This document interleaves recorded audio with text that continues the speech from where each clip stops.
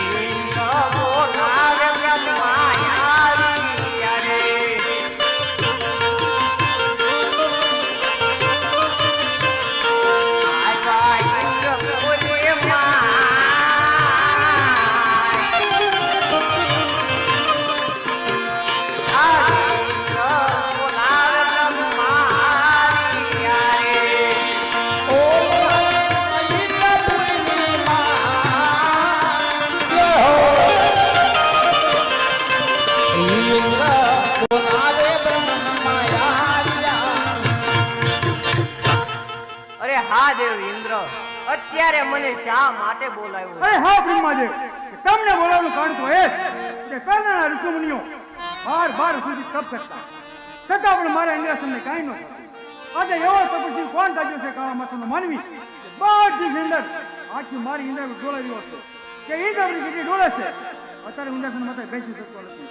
આવશે જાણતો કે મને જલ્દી કહો ને મારું જ્ઞાન તો બંધ કરો. અરે હા ઇન્દ્ર, શાંત થાવ શાંત થાવ. આ વિશે તો હું કાંઈ નથી જાણતો, પણ મારથી મોટા કોણ કે વિષ્ણુદેવ. એણે કીધું તું જ્યારે સંકટ પડે ત્યારે મને યાદ કરજો. જલ્દી યાદ કરો. અહીંયા એક સાવી પડેલી છે, જેની કોઈ હોય લઈ જજો, નકર ઘરે તાળું ખોલવાની તકલીફ થાય. સાવી મળેલી છે.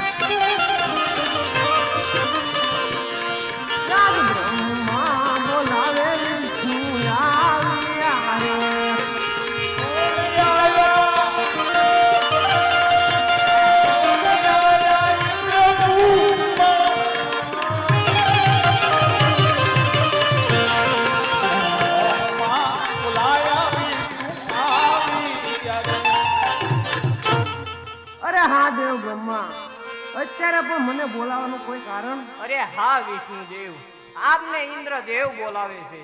અરે હા દેવ ઇન્દ્ર, અત્યારે મને બોલાવવાનું કોઈ કારણ? અરે હા વિષ્ણુદેવ, તમને બોલાવવાનું કારણ તો એ જ કે પહેલાના ઋષિમુનિઓ બાર સુધી તપ કરતા છતાં પણ મારા ઇન્દ્રસનને કાંઈ ન થતું.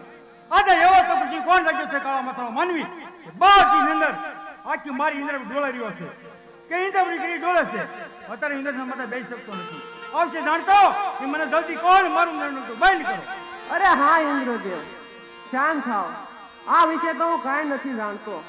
મારથી મોટા કે શંકર ભગવાન, એમણે મને કીધેલું કે સંકટ સમયે મને યાદ કરજો. તો જલ્દી યાદ કરો.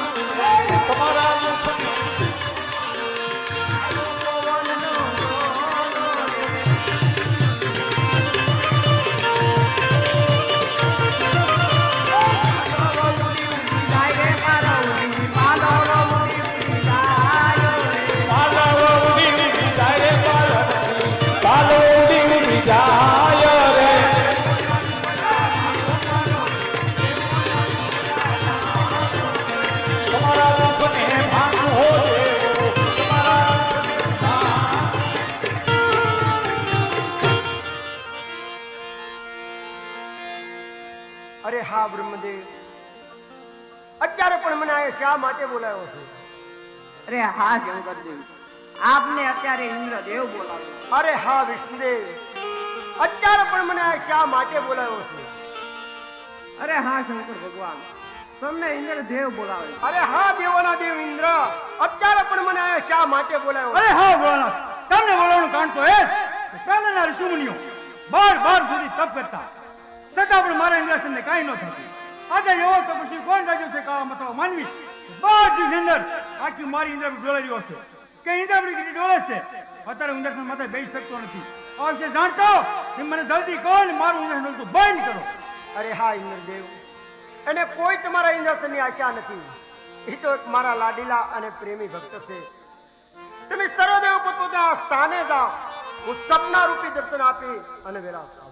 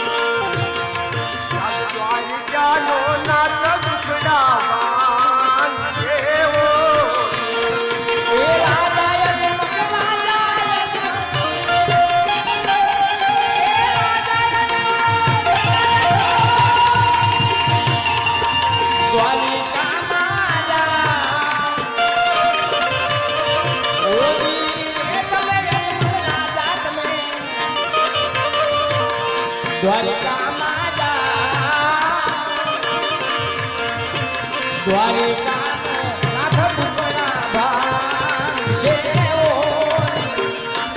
હે રાજા અકબર, એક મારી મમતા મૂકી દ્વારકા જાઓ, દ્વારકાનો રાજ જરૂર દુઃખ ભાંગશે. શંકર કોઈનો પુત્ર છો નથી, કદાપી પણ થશે નહીં. માટે અજમલ રાજા, તમે દ્વારકા જાઓ, દ્વારકાનો નાથ જરૂર તમારા દુઃખ ભાંગશે. આ એક શિવનું વચન છે. અરે પૂજારી બાપા, મને સ્વપ્ન આવ્યું. ડાબા પગનું જમણા પગનું. આ સ્વપ્નની અંદર ભગવાન સહિત ભક્તને અંતરિક્ષ ઉપર દર્શન આપે, એ સપનાની વાત કરું. અરે હા ભક્તરાજ, એવા તો તમને શું સપના આવ્યા?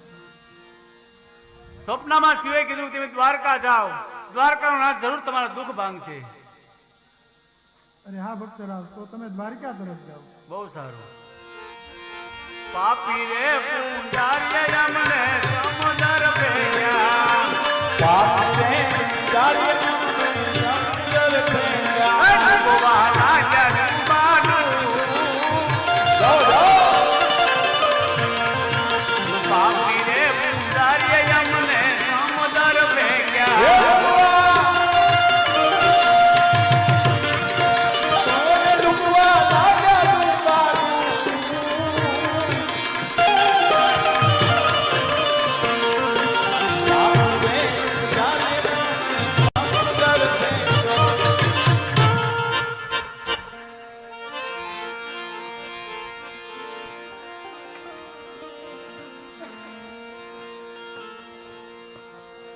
અરે હા દાસી, મહારાજા ઘણા સમયથી તપોવનમાં ગયા છે, હજી કેમ કઈ સમાચાર નથી?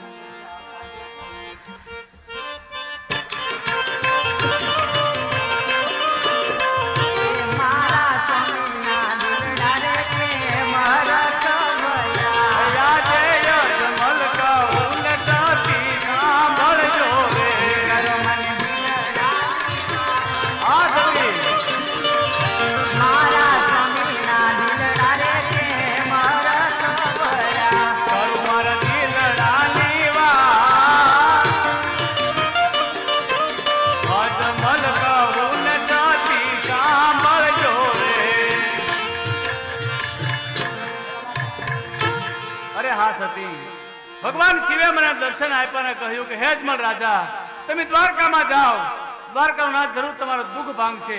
તો સતી પ્રભુ માટે મને પ્રસાદી બનાવી આપે. બહુ સારું કવિનાથ.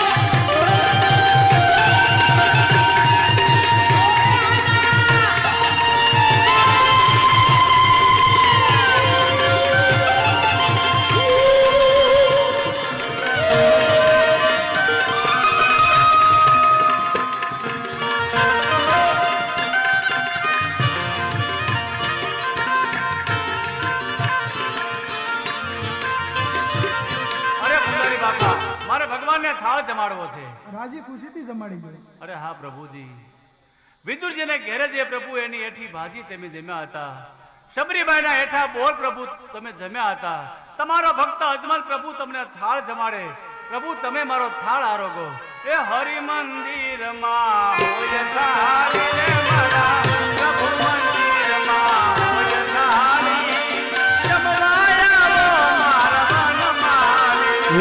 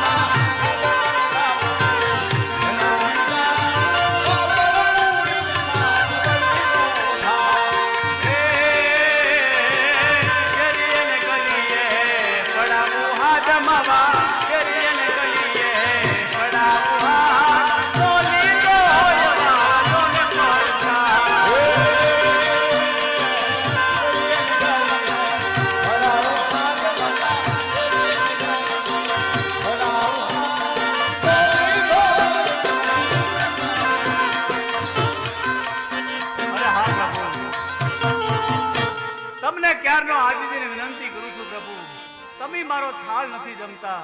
પ્રભુ તમારા શરણ લાંબા કરો. પ્રભુ તમારા શરણ ધોઈ પ્રભુ મારે શરણામૂટ લેવું છે. અરે હા, આટલી વિનંતી છતાં આ પથ્થરની મૂર્તિ મારું માનતી કેમ નહીં હોય? ભગતરાજ હું આદર્યું છે બધું. અરે પૂજારી બાપા, આ મૂર્તિ મારો થાળ કેમ નથી જમતી? અરે ભગતરાજ આ મૂર્તિ પથ્થરની છે, તે થાળ ન જમે. તો મને હાથી મૂર્તિના દર્શન કરાવો. હાથી મૂર્તિના દર્શન કરવા એમ? હા. તો હાલો આમાં સમુદ્રમાં તમને હાથી મૂર્તિના દર્શન કરાવું. બહુ સારું. બોલ રણછો રાયની જય.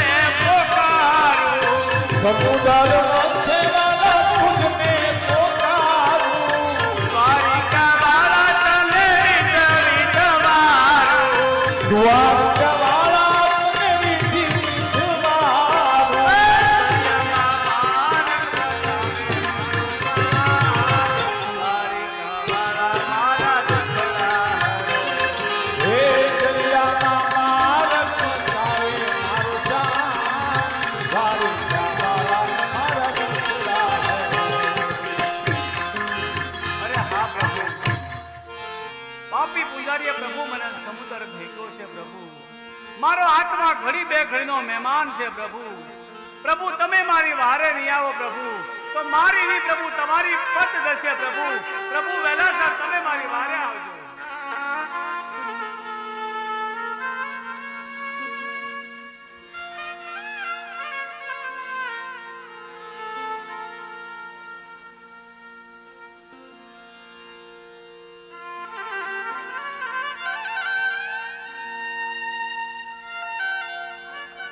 પાપી પુંજારીએ મારા ભક્ત અજમલને સમુદ્ર ફેંક્યા છે. મારો ભક્ત અજમલ સમુદ્ર વલલ વલલ ને સાવ થાકી ગયા છે. આ જો હું મારા ભગતની વારે નહીં જાઉં ને તો જગતને મારા ઉપરની વિશ્વાસ ઉડી જાય. અરે હા ભગત અજમલ, જગતની અંદર મારવા વાળા પેટા તારવા વાળો 1000 હાથ વાળો મોટો હોય છે અજમલ. તો લાવ હું સોનાની દ્વારકા બનાવું, સોનાના બેડા લઈ પાટણની પનહારીને પાણી ભરવા મેકું અને મારા ભક્ત અજમલને ઉપર લંબાવીને કાંઠે લાવું.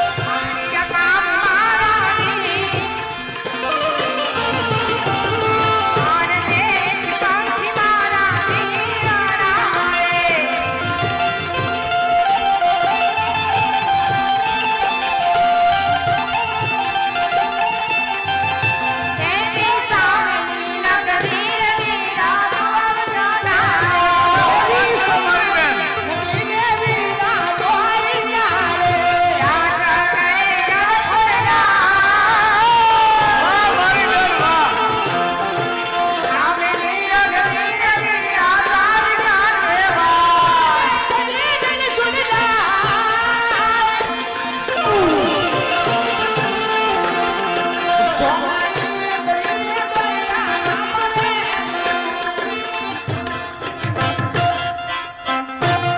વાત કરો મારી બેન? આ સોનાની નગરી ને દ્વારકાનું નામ. હા વીરા. અરે મારી બેન, હવે તમે પાણી ભરીને તમારા ઘેરે જાઓ. તમારા સાસુ જેઠાણી નણંદ તમારી રાહ જોતા હશે. અને બેન હું પ્રભુના દરબારમાં જાઉં. હવે પાણી પીવું છે વીરા? નહીં બેન, હારું વીરા, તમે તમારા પંથી જાઓ, અમે અમારા પંથી. ક્યાંય ભૂલો ન પડું. એ કાંઈ વાંધો નહીં. હાલો બેન.